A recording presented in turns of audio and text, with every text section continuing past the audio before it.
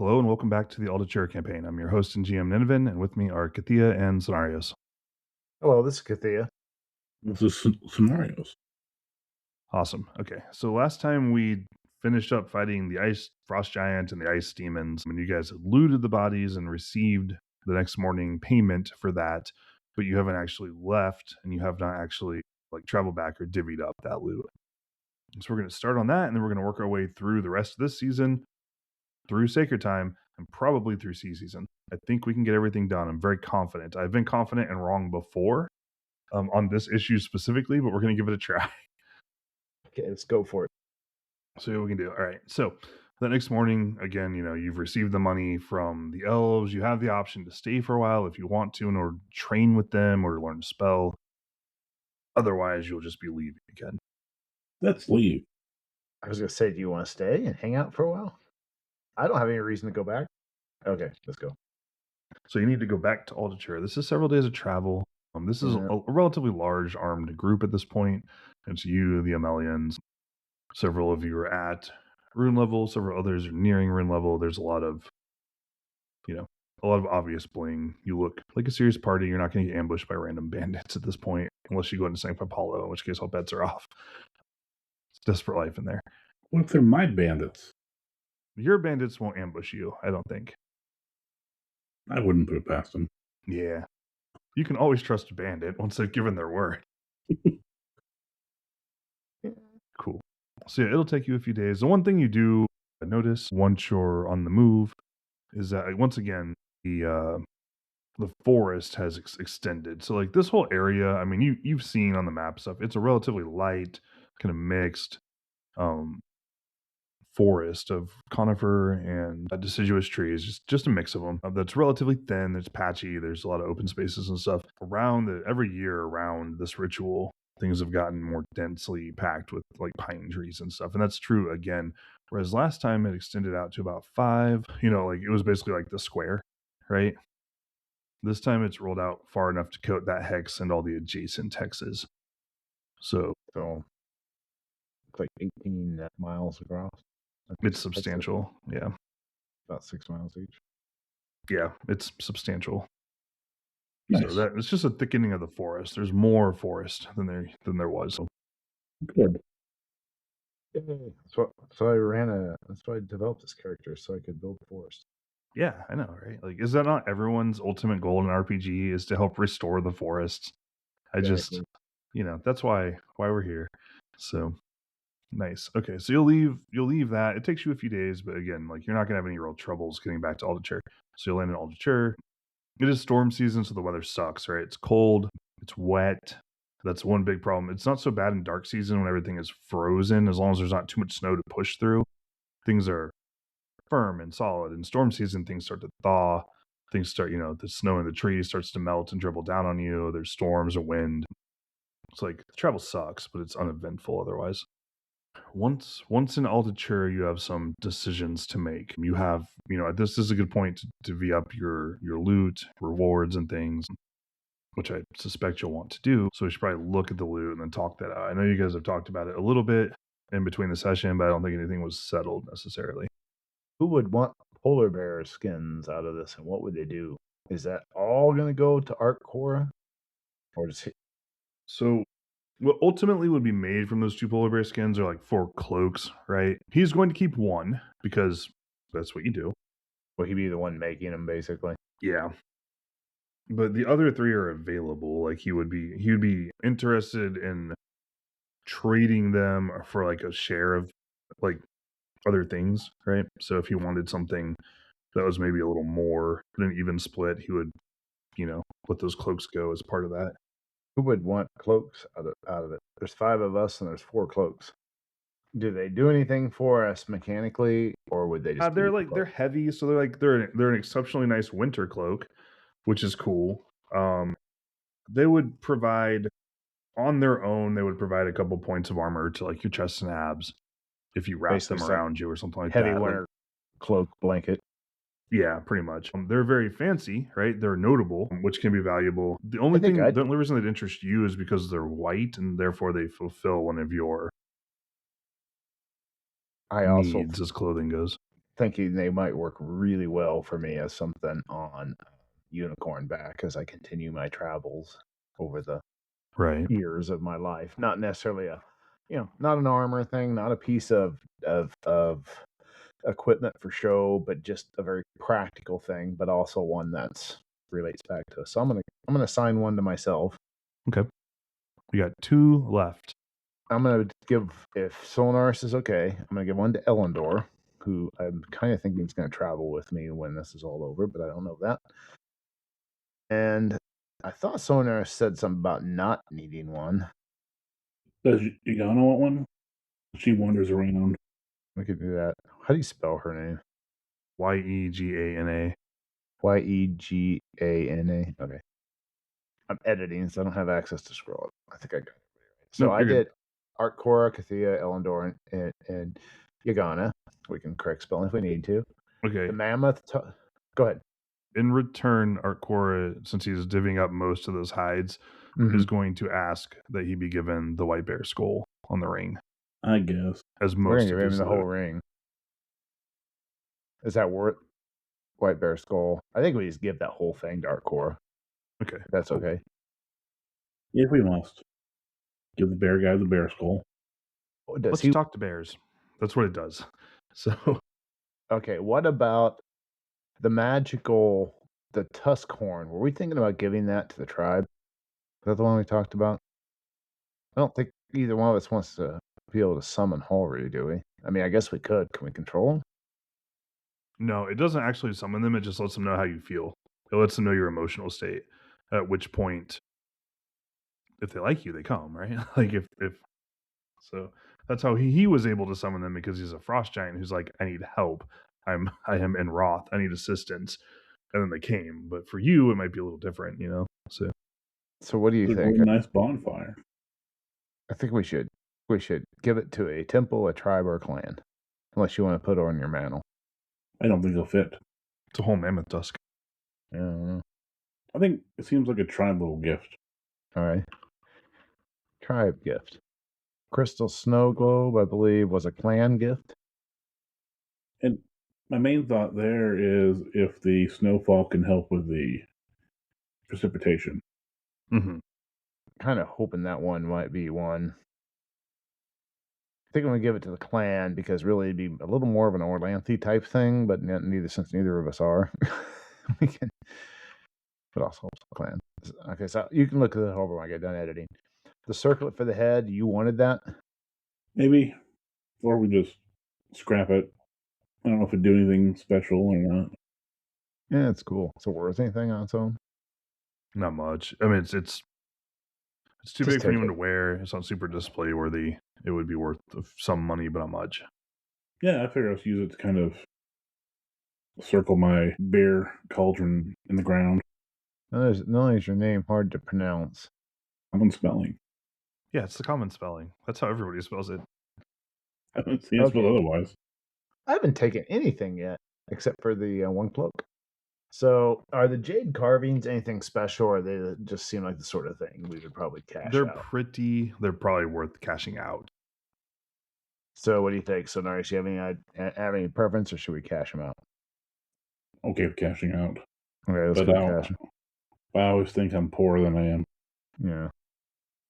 I probably feel that way right now, too, after I've been told how much money I have to come up with to continue to live my lifestyle. To be fair, you don't always operate your shrine every season, right?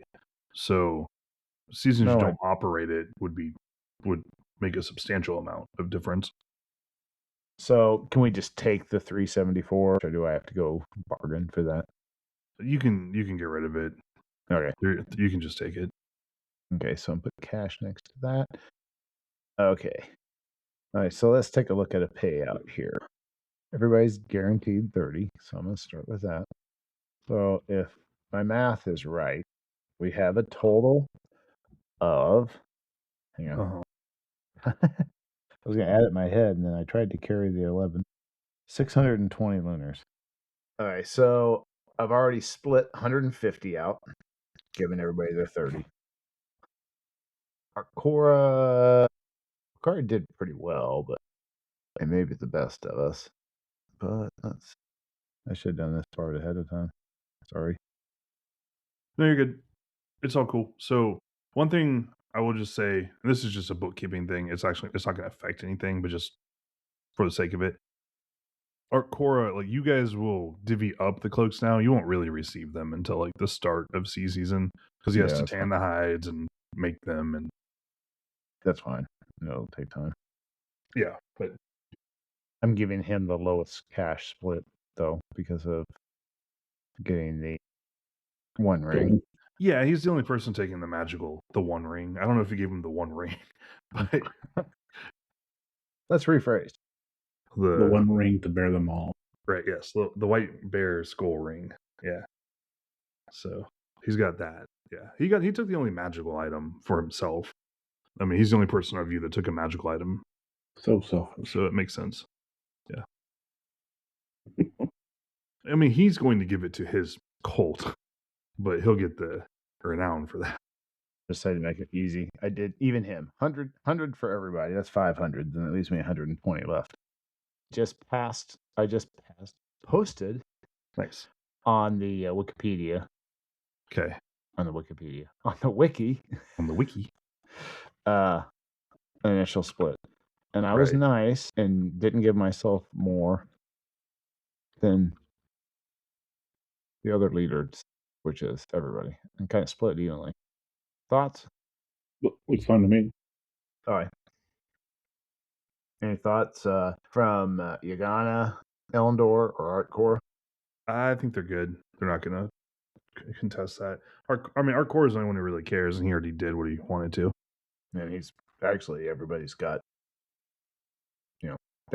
they earn more than annual income for most of us. Yeah. Well, Unless you're super rich. Yeah. I don't want to hear you whining and complaining. I'm just rich and I can't afford to be rich. Yeah, after I buy that second townhome and send my kids to private school, there's not much paycheck left. Got a new car and leave. Okay, so they're done. They're at the top of the pile. Okay, I've updated the character sheets with that loot. We're good to go. So you guys will spend a little time, because some of the stuff you had to get evaluated and things, or you had to get some magic cast at it to figure out what it does exactly. We'll visit with our cousin too, who we enjoy. Yeah, so all that stuff happens. You spend a couple days, in Algier handling things, finding buyers, selling things, like the jade and stuff, and just doing that. Once that's handled, you can move on. You are planning on presenting, you said the snow globe to your clan, right? Yes. Okay, cool.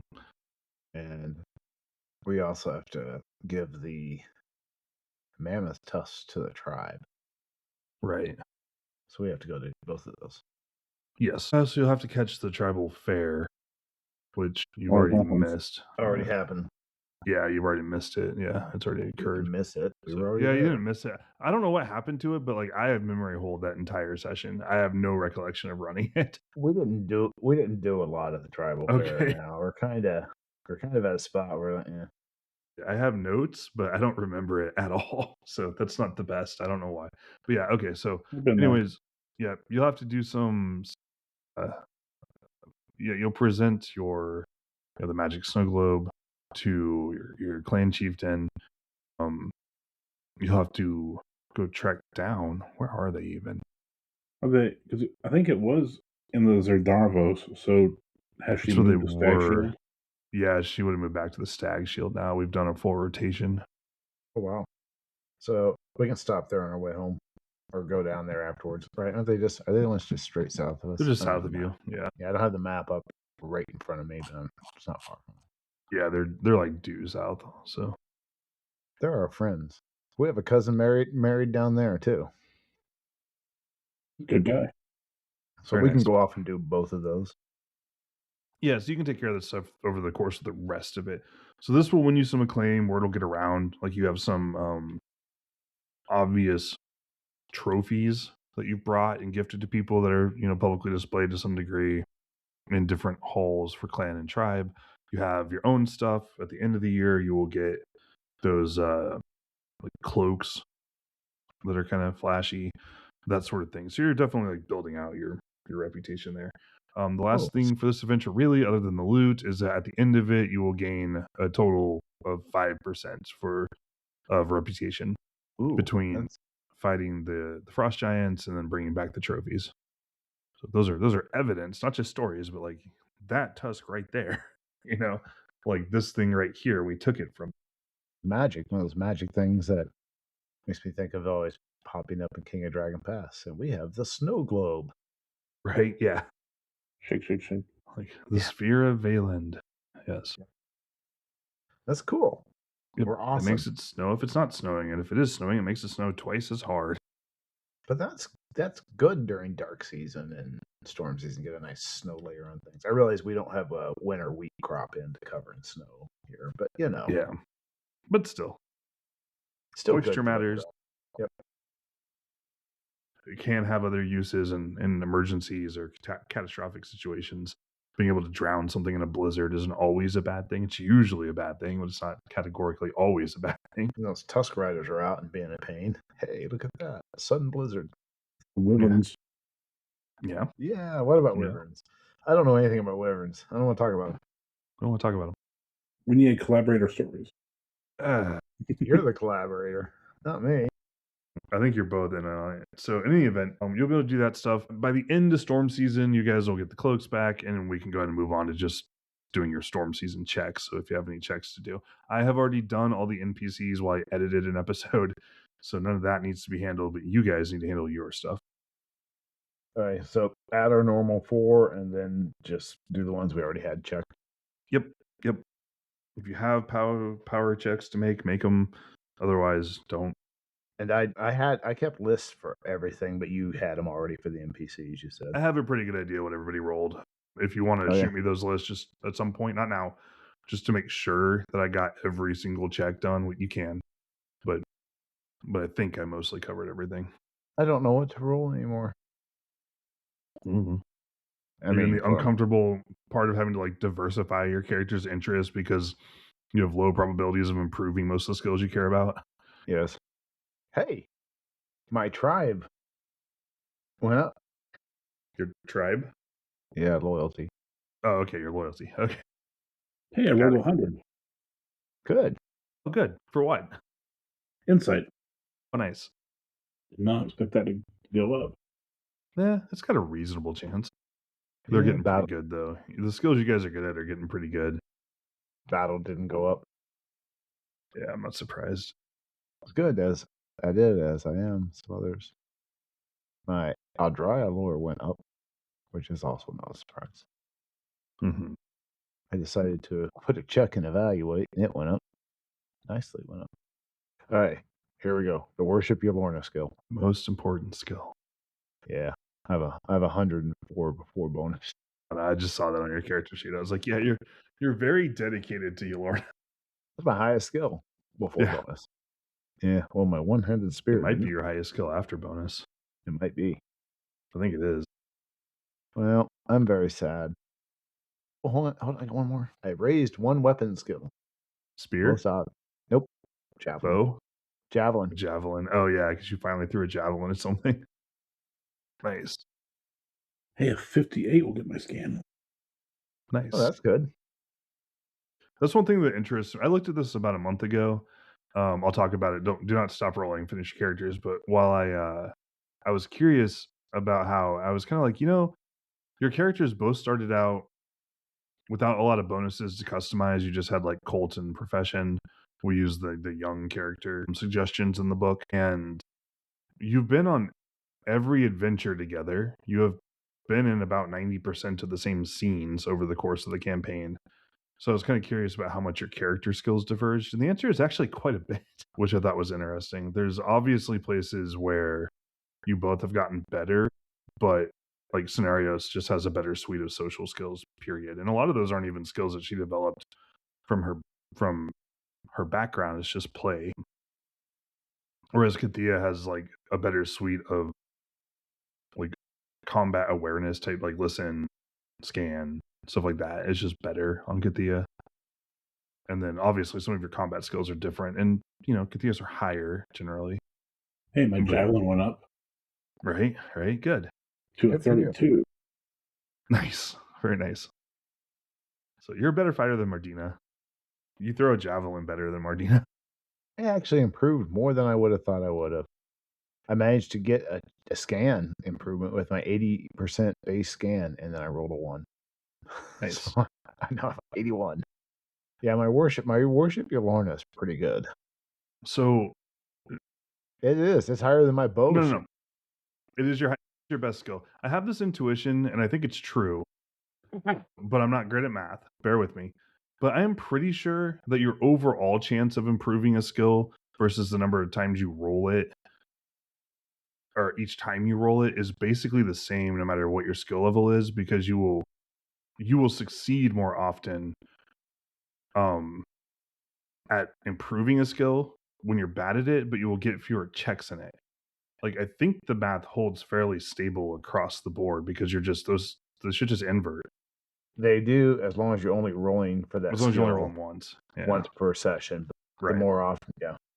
Law of But- averages will mean that when you have that lower skill, if you get to lower, like combat skills, you're almost always going to get a check in them. Mhm.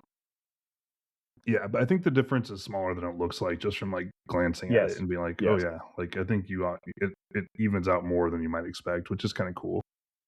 I don't remember if I get a PAL check, but I would have failed it anyway, so it doesn't matter. Okay. Rolled it, now I was going to ask you, and it's like, oh, that's a failure, so never mind. If you didn't mark it on your sheet, you probably didn't because you're usually pretty good at that. I had some skills I had marked because I'd written them down on. Oh, you know Okay. what? I did get one because I marked them down on my. I don't know why. Last time I was marking all the NPCs down, so I marked it on my sheet. No worries. Some scenarios. Did you have a PAL check?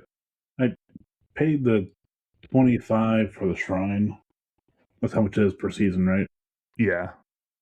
Oh yeah. So you basically get seasonal PAL checks no matter what. Yep. I failed. Wait. No, it's 5 per season. Okay. 5 per season. So That makes I think it 25 Yeah. for the year. I did not take my tithe out. It is of my possible I cash. have charged different amounts at different times because I That's don't fine. know.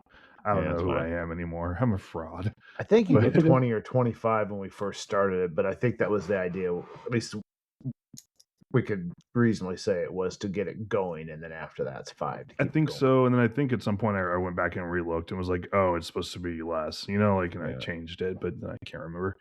But I a can't 68 remember. will not do it. So Okay, cool. Well, that's okay. You have a pretty high balance.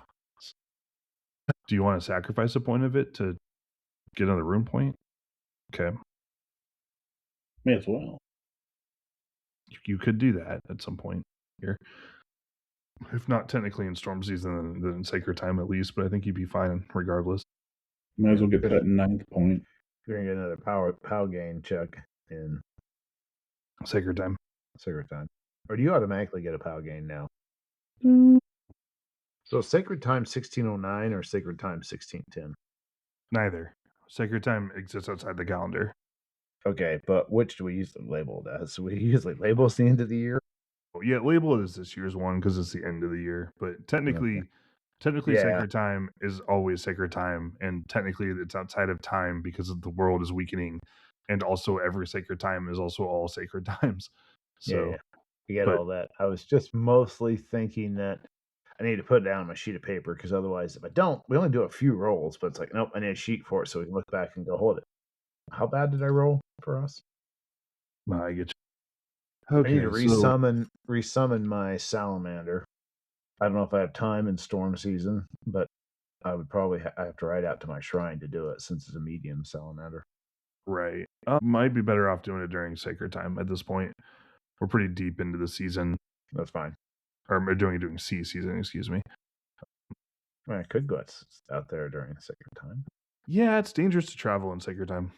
I don't know. It's also It's also mythically. True. All right, so just roll luck roll for me, and we'll see if you survive. Oh no, you'll have time to do it during sea season. I'm just going to tell you That's that. fine. Okay, cool. That's fine. I wasn't really arguing it. All right, kiddos. First things we need to do for sacred time, because we're going to move into sacred time, assuming all of our storm season paperwork is done. Mhm. Okay. Yeah. Okay. So we're going to move into sacred time. Once again, you need to make a worship roll. If you succeed, you get a check in it. You'll get all of your rune points back. Even if you fail, you'll get 2d6 back. I succeed. I'm gonna go ahead and see if I can improve it. Okay. Success. Nice. Okay, you get all your rune points back. You get a check. you get a POW gain check. And if you're a rune level, you get 1 free point of cult spirit magic if you want it. Most of you are pretty loaded out in magic now. I failed my power gain check. Okay. No surprise. A 40% chance. So. Right. Ooh, I get the skill check. Wow, Good. job. +6. And then 30. Okay, cool. All right, good to know. Next up, Hero Quest. We do not play any Hero Quest. There will not be a Hero Quest during Sacred Time. Step 3, the Harvest. Ooh, how'd the Harvest go? So we need to apply the previous year's omens. Do we write these down, guys? Yeah. Okay. I think they were just neutral. Normal omens. Okay, normal omens, no modifier there. Next up, raids and stuff. Okay, you were lightly raided, which will impose a 10% penalty, but the raiders were Tusk Riders, which opposes an additional 10% penalty. So you have a 20% penalty from those. What was the previous harvest? Do we have that written down? Yeah. Does our harvest character know what our harvest was like? A great harvest. I'm sorry if you wrote down great, because it's not one of the options. That's what it's written down as, is great harvest. The best harvest ever. Best harvest ever, that's what it says. Does it have a little stick figure of a guy like shooting the horns on it? Superlative? Superlative. Okay, that is the best harvest ever. Okay, so that's a +15. So you will be operating at a -5 to the harvest roll. Yeah. So now we will roll the harvest result. Scenario study. So with the -5, right? Yes. It'd be an 81. Okay. That's an excellent harvest. So your income roll modifier will be a 30. +30. So when we roll incomes, for anybody who's based on the harvest, they'll get a +30% modifier. Okay. Plus whatever else you have. Okay, next up, adventure income, right? So the harvest was really good. Despite the raids and issues, the harvest came in really well. So that's a good thing. Good job, team. Next up, we'll look into adventure income. So you guys will make your occupational skill rolls for your adventuring. Kathia, for you, it's probably battle. Yep. Yeah, normal And success on it. Cool. So you'll get 60 lunars. You don't take the penalty, and you don't need to pay your standard living out. So you just take 60 lunars. Have some money.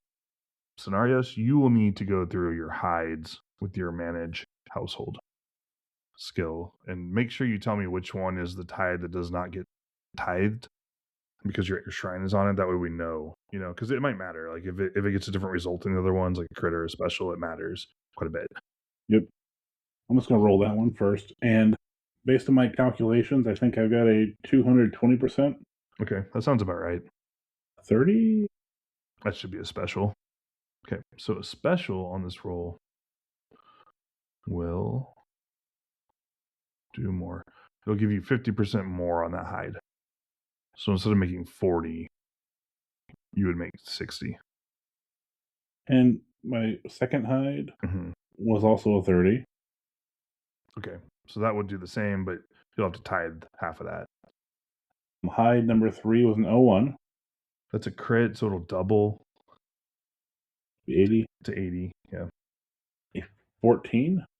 That should still be a special, I think. And a 96. That's a failure. Okay, that's only half the base income, so you'd only make 20 off of that one. Now, of note, this is also how well your Carls have done. So your incompetent barley Carls have given you an incompetent harvest on that field since they're listed last. No, that's why I figured, okay. Yeah, well, that's what I expected. Serves them right, but everybody else has bumper crops. So you'll make a total of, okay, so you would tithe half of all those 4. Half of the last 4, yeah. Only 170. Okay, that's not bad. And then I'll take 30 out of my cash reserves. Wait, you got 60, 30, 40. That's why I made a mistake. Okay, got it. You're good. Yeah, you would need to take 30 out of your cash reserves to pay for this lifetime, this year. So tough out there. Good thing you just made like 120 lunars. So, yeah. Oh no, you're only up 90 lunars on the year plus your previous adventures this year. I know. Well, I gained after tax tithe 75. So yeah. Yeah, not bad, not bad. Cool. All right, so that part's handled. Good job, guys. So yeah, money's fine. Everybody made their money. Everybody's in good shape on that. Any weapons and shields would be repaired during this time. Hooray. So anything that was damaged would be fine. Replaced. Or replaced. Scenarios, we haven't talked about it, so it's not going to matter. We're not rolling child survival because we're not living that life for ourselves. We're not out here doing that. But keep in mind at any point you have a lot of discretion over when you get pregnant or if you get pregnant. So just keep that in mind. If your character wants more kids, that's something that she can do. She does, but I don't know if the year leading into the last elf thing is a good idea. Okay, cool. She can plan that and decide not to. That's cool. Okay, you're all going to get 1 year older. Hooray. Congratulations. I didn't do the aging check for Yagana. I'll have to see how she does. Oh, I forgot to do my 4 other skills. I'll do it later. Oh yeah, make sure you do those, but not right this second though. Let's get through Sacred Time and then we'll handle it. Okay. We don't usually do family roles, so we're going to kind of skip those. I see the value in these. We spend enough time around our family that these things tend to manifest organically instead. Then, Kathia, you need to roll omens. What do the stars see for us? Dang it. 07. 07, huh? Okay. Well, maybe this is a good thing, right? No, it's not, because we already established this one table flips everything over. Right. No, the whole section does. Oh, okay. So write down cursed. The omens are cursed. You have a negative 25% to your harvest roll. Yeah, you see terrible things in the stars. There's a lot of weird stuff going on up there. Some of the little stars you think are important to your clan's fate pass through the field of swords. The lion seems to have some unusual characteristics, approaches. What was our harvest this year? I didn't write that down. It was excellent. Excellent harvest, but cursed omens for next year. Yeah. So that's fun. Yeah. Cool. All right. So yeah, the stars look bad. That's one of the functions of your temple is to divine these omens in the stars, and there's a lot of bad news in there. So it looks like things are going to be rough. Cool. So that's Sacred Time. Some good stuff, some bad stuff, right? Let's go ahead and one other thing happens. This actually would have happened in storm season, but since we're going to rewind back to storm season a little bit anyway, so you can make your rolls scenarios. Something that you noticed was that you had offered to sponsor, or really you were asked to sponsor. What was her name? Janella, right? Was that what? Yes. Yeah. She'd asked you about sponsoring a Harvest Festival, a Harvest Queen Festival, to help pay for it and stuff. You will have noticed at this point. You would have noticed back in Earth season, but you were busy, that she didn't ask about that again, and you haven't done one, right? Pretty obviously. And in storm season, and late into storm season, you would have heard, this happened while you were gone, that her and Chorustor have announced a wedding in sea season. So they're planning on getting married. Congrats. Nice. Okay. The other end of this is that she will talk to you right around the end of storm season or into Sacred Time to ask if you would, in lieu of furnishing some of the Harvest Queen stuff, help with the wedding. Make it a big one. Make it a big one. And of course for that. Yeah, we'll do that. I'm just going to write down Cursed Omens, Excellent Harvest. Kurt gonna get married. Oh. Yeah, it's the best. But it's a sea season marriage, so spring, new beginnings. Cool. All right, so that happens, and we'll kind of exit out of Sacred Time. The world returns to normal. Night and day becomes easier to track. Time's passage becomes smoother. Go ahead and roll your 4 skills. Or let me know how they go, at least. Got Brew to go up 3, Managed Household to not, Earth Tongue went up 5, and Sing went up 3. Nice. Okie doke. Cool. Good work, team. So we're going to enter sea season of 1610 now. Okay. Sacred Time happens. Begin sea season 1610. Wow, we got through this faster than I thought we would. We still have an hour. Cool. All right. Good job. Now it's sea season. We got to get through all of sea season, hopefully. If we can, that'd be great. Okay. So I think the 3 big events of sea season, we would all more or less agree, right? Scenarios, you can become a God Talker of Ronaldo. Kathia, you're going to petition to become a Star Maiden. Star Lady. Yeah. Of Yolorna, and then the wedding will happen. So how do we want to? The wedding's going to happen last because it's going to happen the latest in the season. Of the two of you, who would like to go first for your religious stuff? Thea can. What am I doing? Do you want a petition to be a Rune Lord? Yes. Okay, you're fully qualified now. Okay, so in sea season, you will eventually you're qualified, but the cult isn't going to force you to become a Rune Lord, right? So if you don't want to, you don't have to. But so you will usually, once you think you're good enough, you will petition to join, and then they will test your skills and then put you up to a convincing the examiners sort of thing. We'll definitely petition. Okay, cool. So you're able to do that. Colchis will meet with you and talk to you a couple of times, kind of to get into this, and she will explain to you some of the stuff you know, but it's formal. It's a lifelong thing, right? It's hard to quit being a Rune Lord once you become one. So she will explain some of the rules to you, right? Some of the things you should expect. As a unicorn rider, you may not marry. You already knew that part. You have to always carry a spear in public. So your spear is a part of you now. Okay. You must always wear gray, pale yellow, or silver, which I believe we've talked about, and you have to always carry a bejeweled bow. Most people do not carry a literal functional bow studded with gems. Most people will wear a bow-shaped piece of jewelry. I think you had one of these commissioned. I have. I actually have that listed somewhere under my valuables. Nope, I see it. It's a silver gem-encrusted fibula. Pin. Worth 200 lunas. Well, it has 200 lunas worth of material. Stuff. And I already have a silver spear, and I already have the right clothing, as well as now I have a winter coat that's going to require constant bleach, so it looks properly white. Yeah.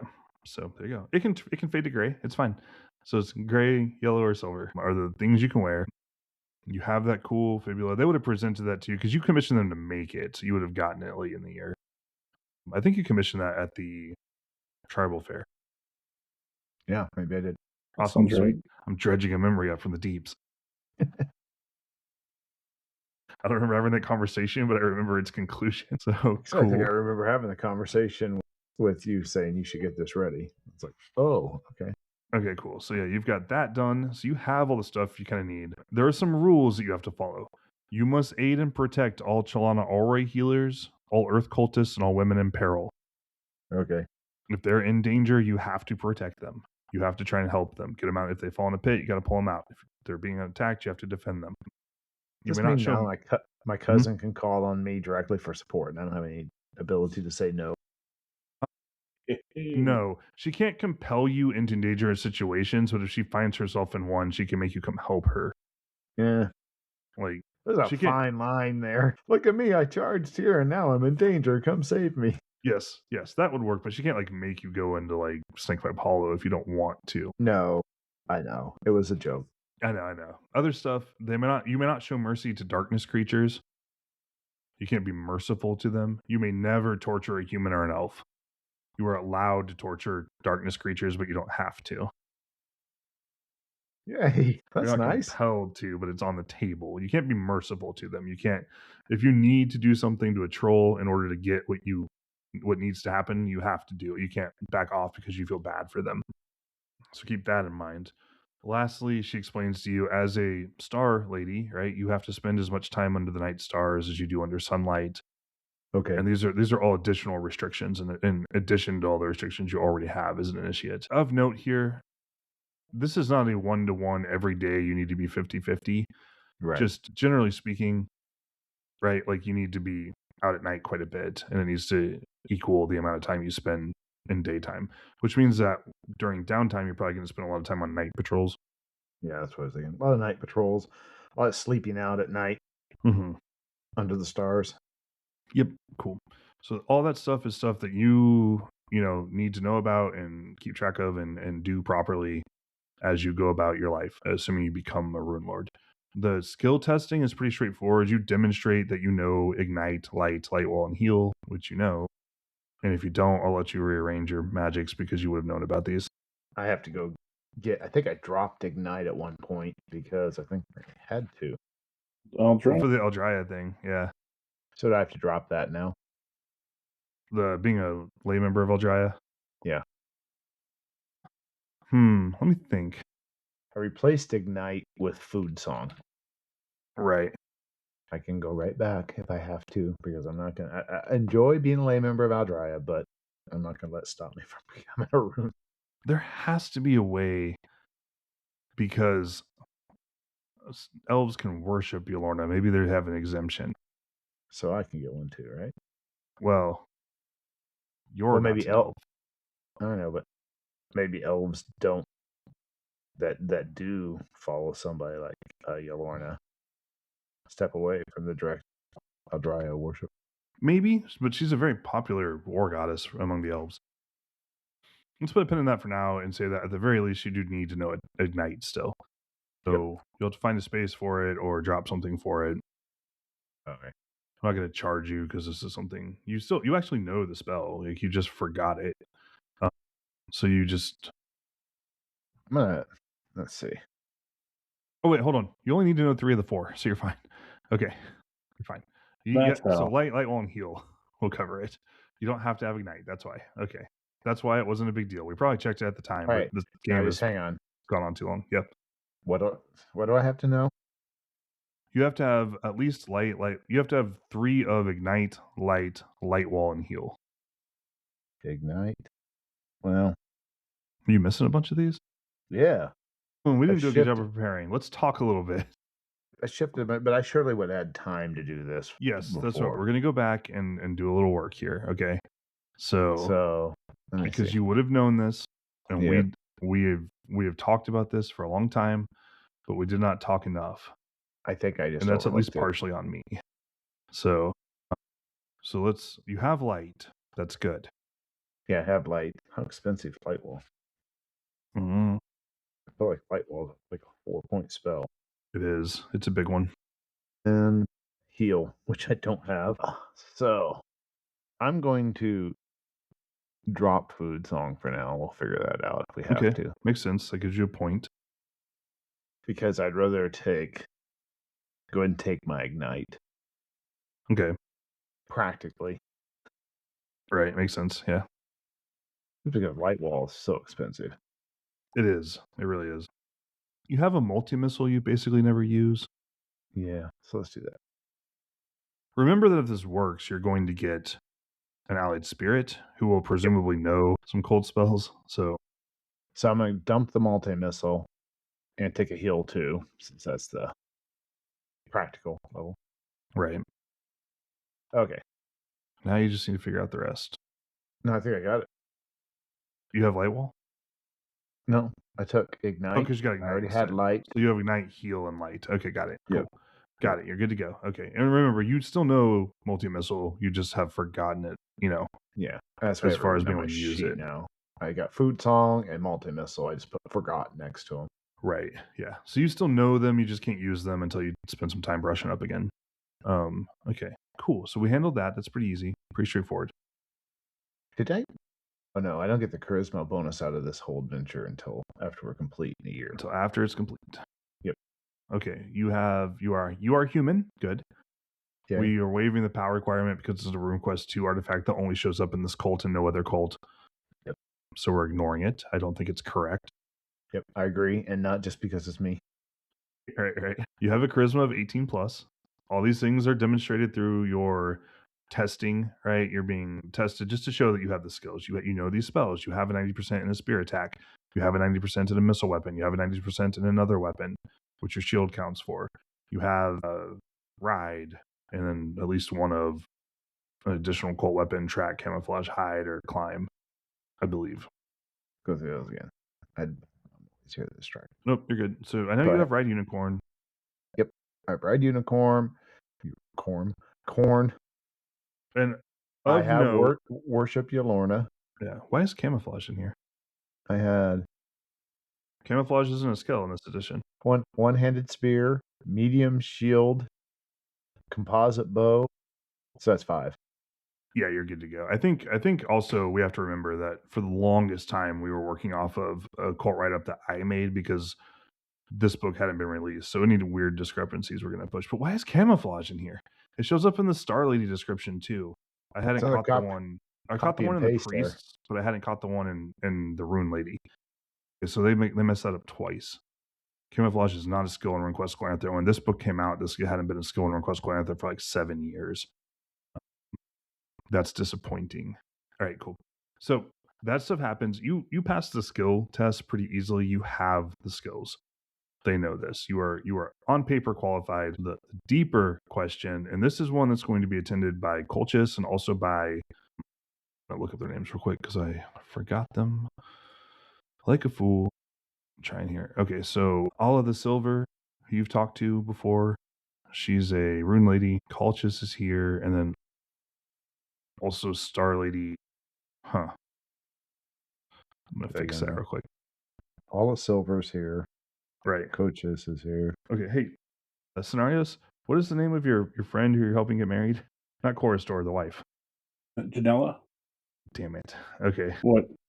I've just already used that name somewhere, so I'm going to change the one that we haven't been using very often to something else. We'll name her Star Lady Janella. We'll name her Janora. I'm terrible at this. Or is Janora? Star Lady. I'm sorry. I'm a hack. Is the Star Lady Janora now? I don't know. We're looking. We're going to do a little bit of comparing notes. We can actually have two people with the same name. Sometimes that happens in real life. Sorry, your Jalinda is the name. No, you were right that's very true. Jalinda is your friend. Okay. Okay, so Janala is fine. Those are different enough. I know that people can have like the same name in real life in our gaming group, right? This is true. I share a name with another player, but not Nineveh. But it's best that you don't do that to recurring characters in stories because it gets hard to keep track of who you're talking about. Okay, but Alla and Janala will be there. They are the two other star ladies that are around. Janala is not a unicorn rider. She's just a rune lord. Alla the Silver is both. She's a star lady and unicorn rider. My hero. Your hero, yes. So they are those three will be your testers. So they're your examiners. My committee. Yes. Okay. So in theory, there is a role involved here. And I would like you to make that roll just so we can see how it goes. I'm just curious, but there's also a role play aspect to this. So in the roll, charisma plus strength plus dex divided by 3 times 5, and then you try to roll under. Okay. So do I roll first, or do I describe what I'm doing first? Roll first, and then we'll just kind of see how we're doing. I rolled a 32. Okay, so you're probably fine. I'm well below that. Okay, cool. So as expected, you're fine. We're going to go through it though. So they test you, right? So one night at the temple grounds, right? They talk to you, the three of them, and ask you a series of questions and go through some rituals with you to determine whether or not you're really worthy and worthy, not qualified, but worthy, which is a little different of being a rune lady, a star lady of Yolorna. So she asks you a series of questions, but the core of them is, as Yolorna's light, like the stars were sent to rescue like the whole world, right? She is curious as to your scope as a wanderer and now as a star lady, how far you'll extend that protection. Like how well are you able to see past your clan or even past your tribe? Okay. So basically a job interview here. I'll kind of, yeah. discuss how we've been out to help the elves for 5 years now. We'll be there the 6th year now, next year, to help them complete a quest, an important quest in Stinking Forest. How I've returned remains of Orlanthe to Wintertop, and I don't know if that's really a protection, but I moved out that direction.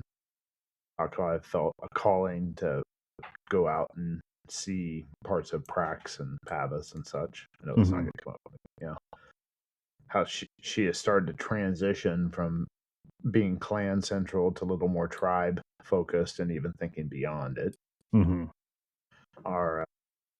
While we initially started with the raid on our clan, the move on the Tuskers, was a tribal action that we ended up being. I think we were kind of the main ones, or took out the main guy. Maybe he wasn't, but I'll be honest on it. But it did seem like it was important. We've been to I've led an expedition to Skyfall Lake. accompanied Sonarios into Snake Pipe Hollow. Not just the adventures, but how these extend. Made connections with the dwarf, and went there. So, how far will I go? Basically as far as I'm led, because I'm actually Kathia is starting to feel a bit anxious, not anxious, but a bit compelled to actually move beyond the clan.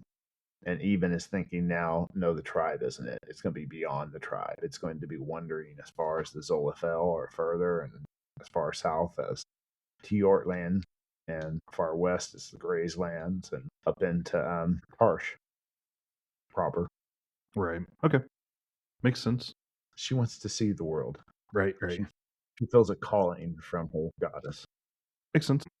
She would have actually meditated on this before too, by the way. Right. For sure. So, no, I know that she's been going, like, this is something she's been thinking about basically the whole time we've been playing. So I know that she's thinking about these things and doing things that are in accordance with those goals. Okay, so next up would be Star Lady Janala. Star Lady Janala is not a rider. Like, she has a horse, right? But she's not a unicorn rider. She asks you more, her questions, and these are series, but to distill them, because I don't want to role play through like lengthy conversations if we don't need to, is that the core of it is that she wants to know, like, if the question that Cultist is asking is how far you'll go, her question is more along the lines of, like, what are you, like, are you in it for the glory? Are you in it for, fame? Like, how much are you willing to lose or be, like, cut off from in order to do these things? Because it, like, the Star Lady's work is often pretty desperate and miserable. Yeah.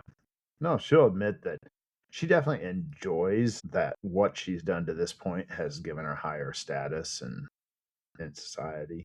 Mm-hmm. And, that's a worthwhile thing to have some of that, but she understands that comes at the end of a lot of hard work and effort and blood on her hands. And she will talk some about having to work through having killed people and having people that she led die, and how she's understands that, there's a lot that goes with it, and that's not heroic. Heroic is the story after it's done, not the act itself.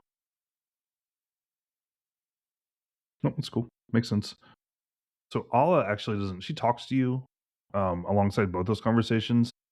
Her questions, you feel like her questions are less probing, but you also come to understand as it goes on that the reason for this is because she is participating in having her unicorn interview yours to see what Astar thinks about you, whether or not he thinks you're ready. Okay. So, bit of a wild card there for you. I mean, it's fair. It makes a lot of sense. So, but yeah, at the end of this, they will leave you by yourself, or just with Astar, not really by yourself, but you and Astar, and we'll confer for a time. The high nerves away from you, right? Lets you get a little nervy. And then at the end of that, they will, and this is a very, like, the rest of the temple is basically empty. Like, there's really, outside of the shield maidens who secure it, there's really nobody else around. But you four and the two unicorns, and then a handful of shield maidens. But at the end of this, they will bestow the status of Star Lady on you. And as part of this, they give you some items that you are essentially due, right? Now, this is something, iron is only given if it's available, but you have several times provided iron to the cult. So some of that was held. Some of it was handed out to the other rune ladies and stuff, but some of it was held for you should you attain the status. So of those things that you were given, the big ones are that your silver spear will become an iron spear. You'll be given a new spear with a shiny tip. You can keep the silver spear as well as a backup, but you have an iron spear, so that's cool. Yes. They also, and this is like an arming ceremony, like they like ritually purify you, help you dress, and arm you, right, in your new equipment. Some of this is not new. Some of it's just stuff you have already, and then some of it is new. So that part is new, iron spear. And then also they give you a helm that is exactly like the helm you have in terms of decoration and like silver inlays and symbols and things on it, but it is made of iron. It's simply been decorated with in the same manner. So it looks like your current helm, but instead of having bronze under it, it's iron. Still have like the silver over it, or is it all just iron? Yeah, it looks like your helm. It has the silver inlays and symbols and things, but it's just made of iron. Cool. Other than that, though, I mean, you're like ritually redressed, so you have, robes or clothing in the colors that you now have to wear that are new. That's just given to you. So like clothing, you have your whatever jewelry you wear in silver, and then the items you've been given. So your silver dagger, the iron spear, iron helm, all that stuff. So cool. And then in the morning, so as the stars are fading and the sun is just beginning to touch, like just beginning to get that like pre-dawn glow, like you're announced before the rest of the temple as a rune lady. So you're star lady. Hooray. Nice, good job, congratulations. So okay, other things that happen here. All right, pretty shortly, as extended part of this, or in the next day or two, you're announced as a rune lady. You get the benefits of being a rune lord. We'll go over those, and then we'll work a little bit on, getting you the allied spirit because that's part of it. AP in my head is good. Hit me in the head. Okay, as a rune lord, you might want to note these on your character sheet. I know we've been playing for a while, but that's good. Okay. Where I'm gonna put these. I'm gonna write them down on my paper and then do it. That's cool. Okay, first off, divine intervention. Instead of checking against your like percentage dice against your POW, you will check on a D10. Yeah, against that's POW. Yeah, I think so. Yes, it absolutely is. Well, it says rune points in the description, so let me look. Is that new? Okay, I think so. Let me look. That's fair. Okay, so let's do some checking. In case we're projecting the old editions. We're bad at that. I try not to be, but there's so many things I kind of know how they work already. Okay, so a rune priest. Okay, an initiate checks against POW. D100 versus POW. A priest checks against D100 versus POW plus unspent rune points. That's true for scenarios. So for you, it doesn't really say. Generally speaking, you lose rune points first. So do I do POW versus plus rune points too? But I'm just rolling a D10 instead of a D. Yeah, you would start by losing rune points, then POW if you don't have enough. That's what's going on there. Okay, that's why it says that. Okay, cool. Good to know. So I could lose all my rune points by divine intervention. It's better than losing POW probably because you can get them back, but you still know the techniques too. I mean, you don't lose the techniques you bought, just the power. So it's probably better. Okay, other stuff. That's the first one. Second one, you can lead worship services and things as a rune level, so you have easier time getting rune points back. You learn all the enchantment spells that your cult has. Like you have access to those, I should say. So you can learn enchant silver and iron. Enchant silver, enchant iron, enchant gold, the binding enchantment, the magic point enchantment, matrix creation, spirit armor enchantment, as well as ban, which I don't really know what that does, but you have an option. So you can make most of the common enchantments, and you can enchant the metals associated with the cult. Next up, we're gonna do allying a spirit last. You get the support of the cult, so the cult takes care of you. They will feed you, clothe you, give you a horse, all that stuff. You are allowed to use iron. That's the big one. Okay, you always resist magic and spirit combat as if you were. Why does it say spirit combat? Spirit combat is not made with power anymore. It's made with skill. I hate this game. You always resist magic with your species maximum POW, not your current POW. So you're always power 21 for the terms of being in a POW v POW roll. When they attack you, not when you attack them. Okay. Yep. Spell teaching. You can teach people spells.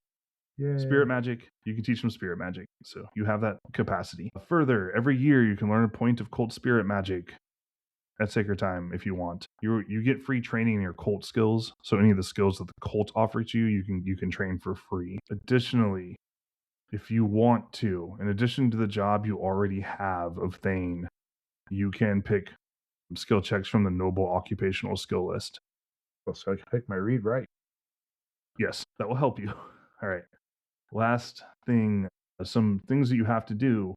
The cult can make you do stuff. It can send you on quests and things. You owe them 90% of your time and income. You have to sacrifice at least 2 magic points during worship ceremonies. Those are the big ones. Okay, last thing. This is something that'll happen probably the next day. So like once the sun has come back up, you will work on allying a spirit. I was hoping it'd be at night because I was going for a Nighthawk. You can still get a Nighthawk, but we ran out of time. Okay. It's tough. It's right in the morning. Unless there's another, that's what I kind of leaned into as a creature. If you have Yeah. any other ideas, you can toss them out there. But Honestly, like I don't care what that sounds wrong. I want it to be your choice. I have no specific preference for what you take. No. Your options generally are a weapon, armor, Rockhawk, or Nighthawk. Nighthawk is the more common of the two birds for Yolorna. I think the Nighthawk fits best. Do you have any opinions, Sonarius? Should I put weapon or armor, or do you think putting an animal fits the best? I think an animal makes the most sense for Katia for what I've seen, but Yeah, that's what I've been planning on doing. So I was only like last second guessing myself. there's always Hi. the risk. Yep. Whoa, that was a lot. Sorry, that was a big link. So that was when you link Google results. But if you're curious about what a Nighthawk is, that's a Nighthawk. It's not actually a hawk. It's not? No. Bullbat. What? Wow. Yeah. Its wings look very much like a hawk's wings, and its body shape plan is pretty close, but it's actually a different sort of bird. So, and it has an insane, like if you look at images, it has an insanely large like mouth gape. It's in the bell jar family, I think, of birds, like the jar family. They're not huge. They're not fine. Big hawks, but they're cool. No, I'm gonna go with it. 2.8 ounces. Yeah, that's, to be fair, that's not a small bird. It's not a goose, but it's bigger than a robin or something as well. That's so fine. It'd be the size of a merlin, roughly. No, that's fine. I'm good. I'm good with it. I think you used the Rockhawk stats. So I don't think it's statted. Well, they got weird about the Rockhawk. So the Rockhawk has changed his nature in this edition. He's a much bigger bird. He's a Haast eagle now. A Haast eagle is quite large. Anyways, we're not going to worry about the physical stats because honestly, if your bird is physically fighting something, you've probably already lost. But we will talk about the rest of the rolls. So over that morning, Rockhawk's the size of like a shadow cat. They're huge. They're really big. Something went wrong there. How about a great Rockhawk? Then I could ride it. No, absolutely not. All right, so that morning you will go through, so like early morning, just right after you're announced, you'll attempt this. You'll go through the process of trying to ally a spirit. The priest, so cultists will call up a spirit that serves your god. That spirit is probably going to be, let's see what we got for spirits. Just tell me who my cold spirits are. Okay, so celestial beings, fire spirits, unicorn spirits. Those are the kind of the gathering of spirits. Okay. So cultist will summon one. She calls a spirit. I want you to make some rolls for me. These rolls are going to be important to you. You're going to roll the spirit's intelligence. This is a 2d6 plus 6 roll. Plus 6, okay. 17. 17. That's smart. A bird that's smarter than me. It's a very smart bird. Okay. Next up, the charisma roll is 3d6. Is the bird literate? 13. 13 for charisma. Okay, that's the bird's charisma. The bird is likable. It's a likable bird. Last up is power. This is a 3d6 plus 6 roll. Okay. I'm glad I get the plus 6. I got 15. Okay, cool. And for some reason, Rune Lord allied spirits just have more power than God, like Rune Priest allied spirits. I don't know why. But that's just how it is. So, yeah. Sorry. Okay, last the bird is the word. Bird is the word. Last bird thing. Sings that song all the time. Okay, we're not quite done here, so focus in. Sorry. Right. You need to make, so the spirit has been summoned. There is a cultic bird present. You need to convince it to be your allied spirit. All right. So you must roll. So I want you to take his POW plus half of his int. POW plus half int. Round up. Yep. Okay. So what's that number? 24. 24? Watch me lose this. You might. I don't know. Disadvantage of having one that has a high int and POW's not. You're going to roll your POW plus half your charisma as a resistance roll, but you can use ritual practices to increase your chance of success. So if you focus and sit there and use meditative rites and things, you may try. The only thing, what I want you to do here is to characterize how you go about trying to persuade the spirit, which is probably a small celestial spirit. Yep. star, essentially, or Yep. starlight, that it should, be your friend, work with you, be a bird for a while. Well, I'm actually going to sit down and meditate, focus on the stars. Hopefully, it's still dark enough. I can get some stars. It's like early focus. into the dawn time, so you can still see some stars. So focus visible as on they those fade. stars. Focus on my trips to the stars and the connections to the stars and how and have further kind of like project how I've established I'm at the very beginning of my journey connecting with the stars and how this can be accompany me on that journey and help guide my way. Mhm. And so that's Okay, how cool. I'm going to try to do it very pictorially. So I don't know what I can what do I do to get bonus out of that? Ritual practices are just like ritual practices don't require a roll; they just take time. Okay. And since you're in a good spot and you can easily use a rune to boost it if you wanted to, like you really just need to not roll like a 96 or higher. Okay. Because I will use a rune to boost it. Cool. I guess it's sky because what else Should would I be, use? yeah. So I will go. Oh, hey, I got a special. Okay. So it gives me a plus 30. Right. And then you just take time here, meditating and focusing and doing Okay. those things to get yourself until you're ready to confront the spirit, and then you do. At that point, you just roll and just, And I just did. I rolled a 20. Okay, cool. So you're good. Cool. So you ally the spirit. You now have an Yay. allied spirit. Good job. It is in the body of a nighthawk. A nighthawk is a small-ish bird, right? It's bigger than most songbirds, but it's smaller than a lot of hawks. It would be in the range of a merlin or another Is it still small a predator? falcon. Yes. Still feeds on other birds? Well, no. It eats bugs. Okay. It's Very more. good. Think of it as a bat, but a bird. It eats a lot of bugs. It flies at night. I was picturing more of a hawk, but that's okay. We will go with this because it's cool. Okay. I mean, I might have done the rock hawk, but I kind of like. I just liked having something that's not the same as UML gets. I get you. So its big things here are that it's it functions at night, so it is a bird that operates well in the darkness, unlike a rock hawk. Yep. It also, as a bird that is associated with the fire and also eats bugs, that is kind of symbolically demonstrative of its like anti-darkness capacity, because insects are the bird or the animal of darkness. Yep. So it's obviously a darkness devouring nocturnal predator. Just a cute little one. Yeah, just kind of cute. That's cool. I mean, their wingspan is like 2 feet. No, it's okay. Like, I'm not complaining at all. I'm only just noting. I didn't really look at that detail. I just remember reading the book saying they're basically a rock hawk. Use rock hawks. I apologize because I thought I like birds and I just assumed that the nighthawk was like what it was common knowledge. Sorry. I'm not as informed on birds as you thought. I'm a weird bird nerd. I'm sorry. No, that's not wrong with birds. Cool. So we got through that. We did it, guys. You are officially a rune lady. You're a star lady. That's pretty cool. You've got a little iron. Yes. Yeah. Got some stuff. Got a bird.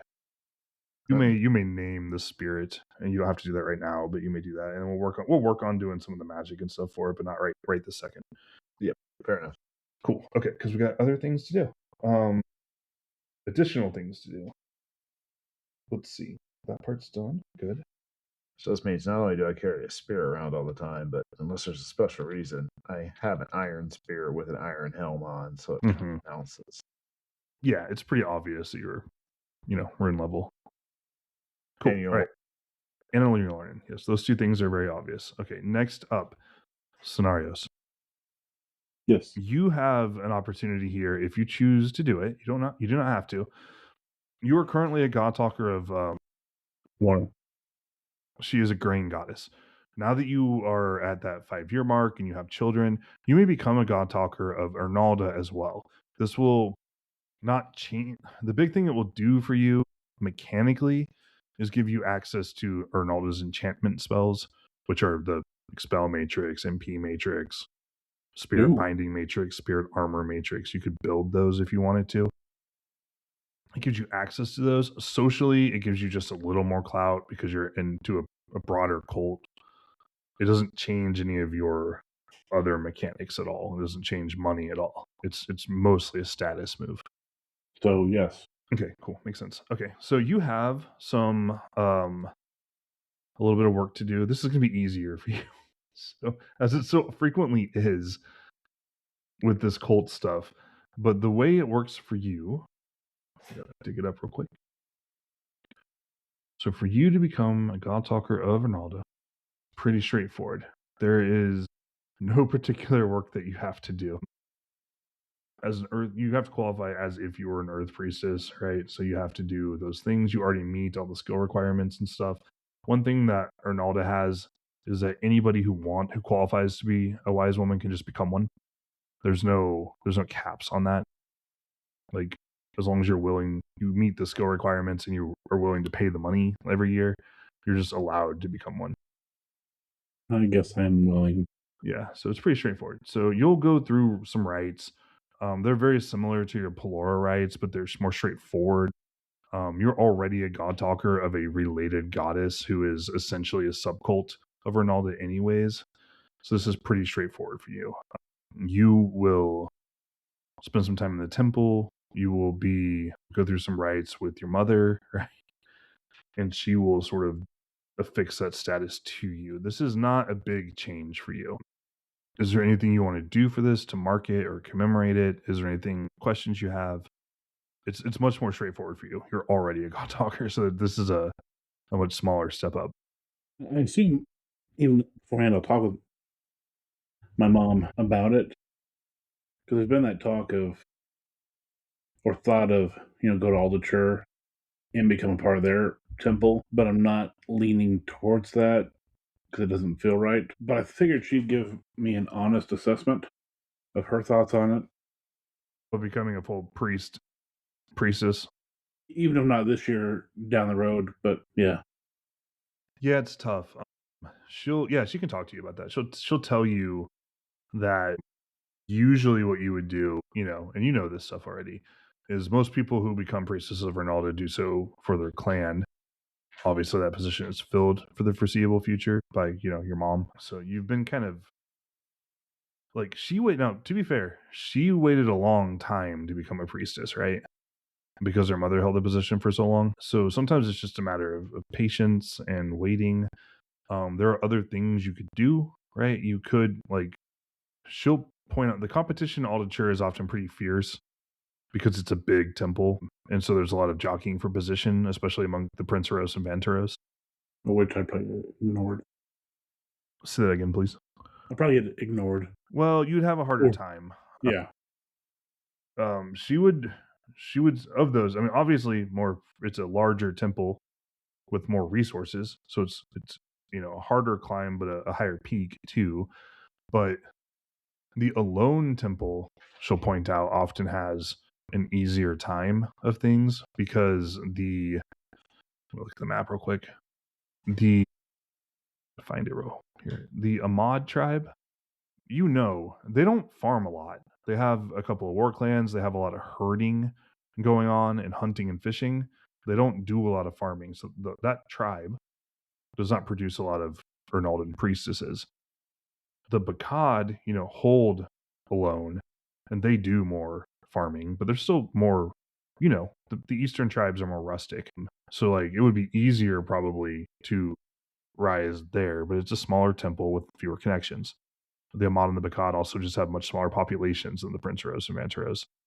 Yeah. So that's kind of her. Frank advice is, it depends on what you're trying to do. If you want to be a priestess, Alone is going to be easier. If you want to be, a big deal, quote unquote, Aldature is where that happens. Wait patient. You're I'll just wait for you to die. Or we grow the temple. You grow the temple. Yeah, that's true. Yeah. You could try to set up a tribal temple to Ronalda, something more unified that offers specialized subcults or something. That's an option, right? Other more out there options, like the tribal temple is one. It's not that out there. It's a little more out there than the three traditional ways. Fourth way, you could try to found a clan. That would put you somewhere. Fifth way would be to try to found some sort of independent temple or around a sacred site and try to raise a temple that is supported by various clans and tribes. Yeah. Those are your options. Yeah, it's tough. Okay. I will take the gun talker status with Arnaldo for now. Makes sense. Okay, so there's not a lot to this. Mechanically, like you can just do it. The big thing that you get access to here is the binding enchantment. These are things you can learn now. Binding enchantment, magic point enchantment, matrix creation, spirit armor enchantment. And those just let you store spirit magic in an item, store magic points in an item, store spirits in an item, or designate an item that gives you armor against spirit combat. All that costs power. I would caution you here, magic point enchantments aren't usually worth it as a rule. Okay. You already had access to enchant copper through the wise woman.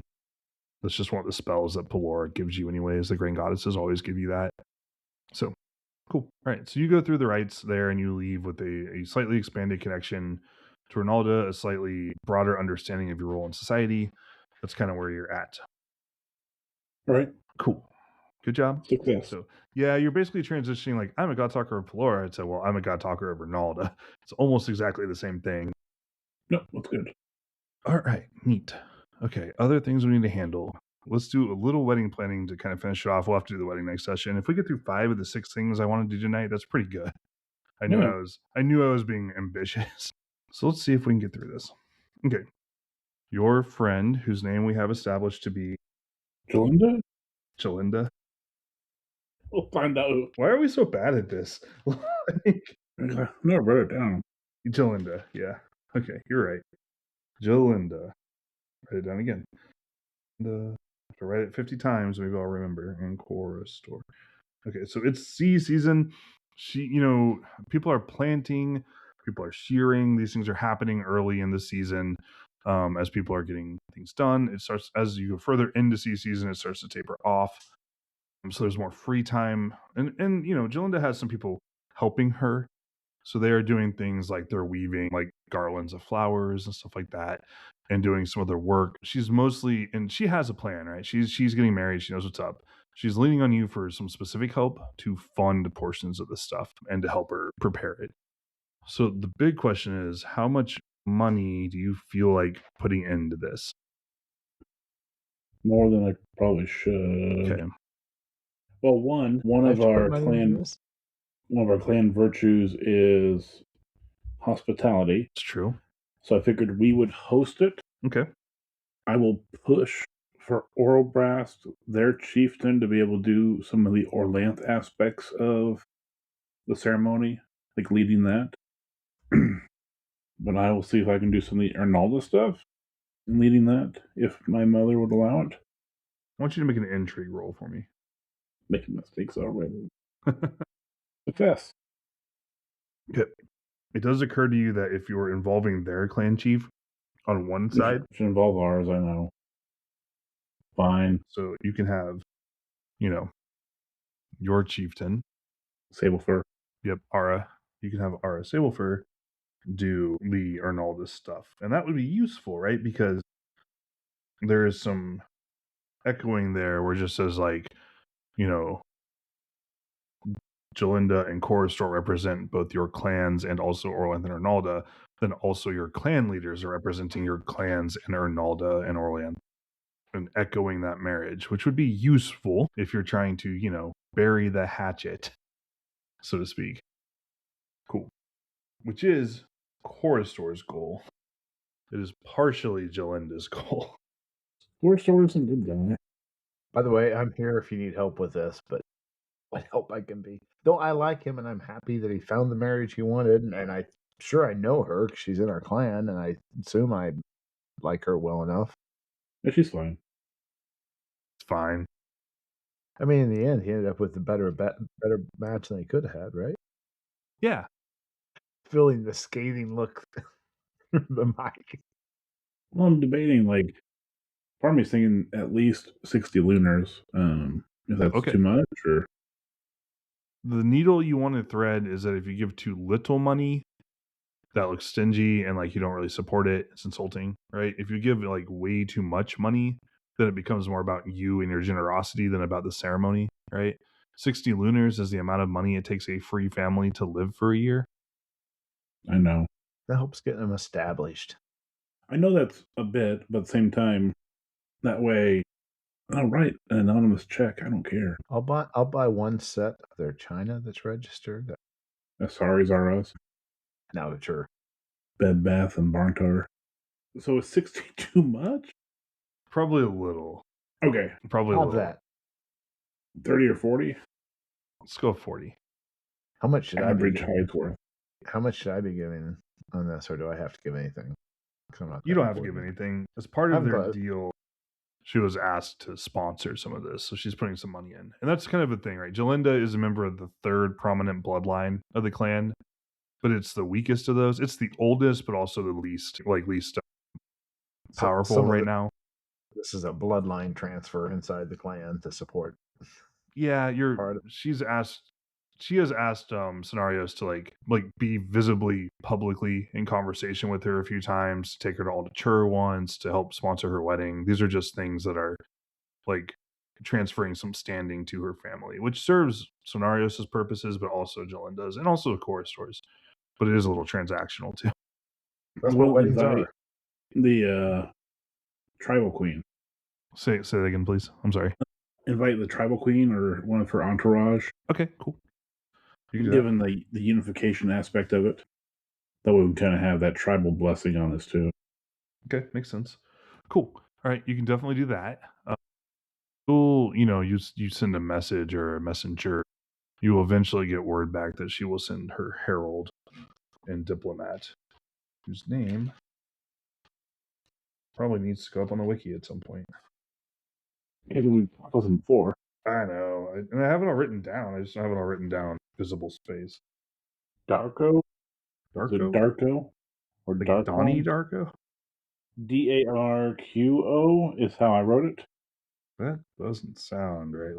Or Darkwan? I don't know. Dargo Puretone. Dargo.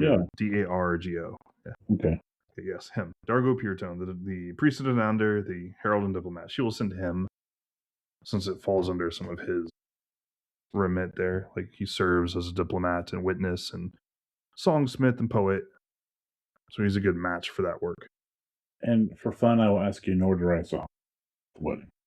To be sung after people start drinking. Not before. At the reception. Okay, cool. I don't want to hear Norse song before people are drinking. That's probably for the best, yes. That's probably wise. Probably wise. Okay, cool. So, yep, that sounds good. So you spend some time on these preparations. You spend some money to buy them gifts, right? Some of which will be visibly from you. Some of which are just, and then some stuff that'll just be part of the ceremony. So things that are meant to be consumed. Pretty common, overall. But you're definitely putting your weight behind it, which is good. That's a continuing vote of confidence in her. So I'm very proud of her. She's done a good job of being like, yeah, sure, I'll get married to a noble from another clan, but also it's going to cost you. Well played, Jalinda. So, but I mean, she shares some of the same goals here. She would like it if your clans stopped fighting. She would, there's tribal unity here and stuff like that. So it's not all strictly transactional, but some of it is. Okay, cool. So you'll be able to lean into that. We're pretty close to our time. We're definitely not going to play through the wedding tonight. It probably won't take super long, but more time than I want to spend on it now. We're just about at the end of the session. Okay. So let's talk a little bit about the next session. I think that's probably the best place to go here. Yes. Okay, so it's 1610. We've worked our way through most of this season. All we really need to do is play through the wedding itself, and then we'll be on to kind of like fire season. Okay. One thing that is happening in sea season, as you're just, because you guys are really, you're staying at home, right? You're spending a lot of time in your clan. You're spending a lot of time around your networks of people. So you're both around your respective temples a lot. You're both around the clan members a lot, especially Scenarios is around the clan members as she organizes and helps prepare this wedding. So you're starting to hear some rumors of things, and you're not really sure exactly. You know that for the last several years, that the various Orlanthe groups of clans and merchants and traders have kind of been working together to sort of protect some of their markets and ability to do trade and protect trade deals and historic agreements, stuff like that. As part of that, the Alornan Temple has been minting some coins for the last year or so. Yes. One thing you're hearing more and more is that there is starting to be some disgruntlement and pushback from the western side of the tribes. Well, not necessarily lunar specific, but the tribes. Mm-hmm. The tribes that are more heavily Yamelian. Vantaros and Princeros. Yeah. Princeros. So what do we need to do to counter that? You're not sure. And right now, nothing has really happened. You've just heard more and more stories about, like, it seems like they're unhappy. Some of the cults have been talking more through their organizations. Some of their traders, Locarno's cults and stuff, have been talking more about, like, we're going to, do something or talk to someone sort of stuff is going on. That's something that you're hearing more about. It just seems like they've been, like, very aggressively being, like, your guys have been like, hey, we're going to keep our markets agreements the way we have them and push back on some of our trade rights. And then the solar side of this is starting to go, well, hey, actually, we have some prerogatives too.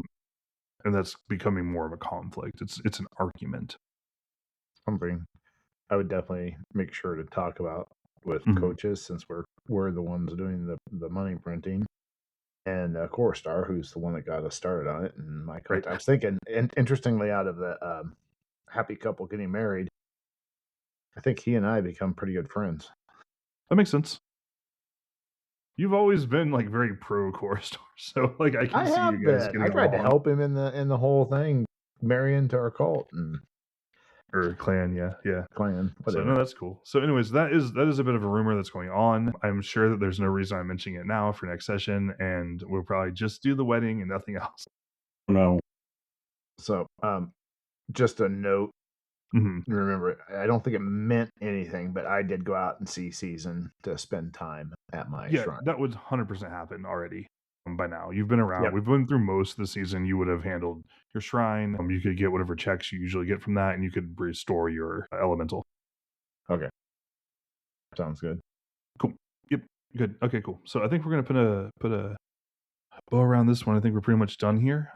So next session we will handle the wedding and some drama, politics and stuff, and probably a couple other little things. And then we should hopefully get into fire most of the way through fire season. But maybe not. We'll see. We never get quite as far as I want, but I always want to get further than is really realistic. Well, tonight we got most of the way there. We didn't get sea season finished. We got 5 of the 6 things I wanted to get done, and I didn't really expect to get all 6 of them. It's just that if I set, like, a pretty ambitious schedule, we keep moving, which is helpful sometimes. But yeah, okay, cool. So I will see everybody in the next one.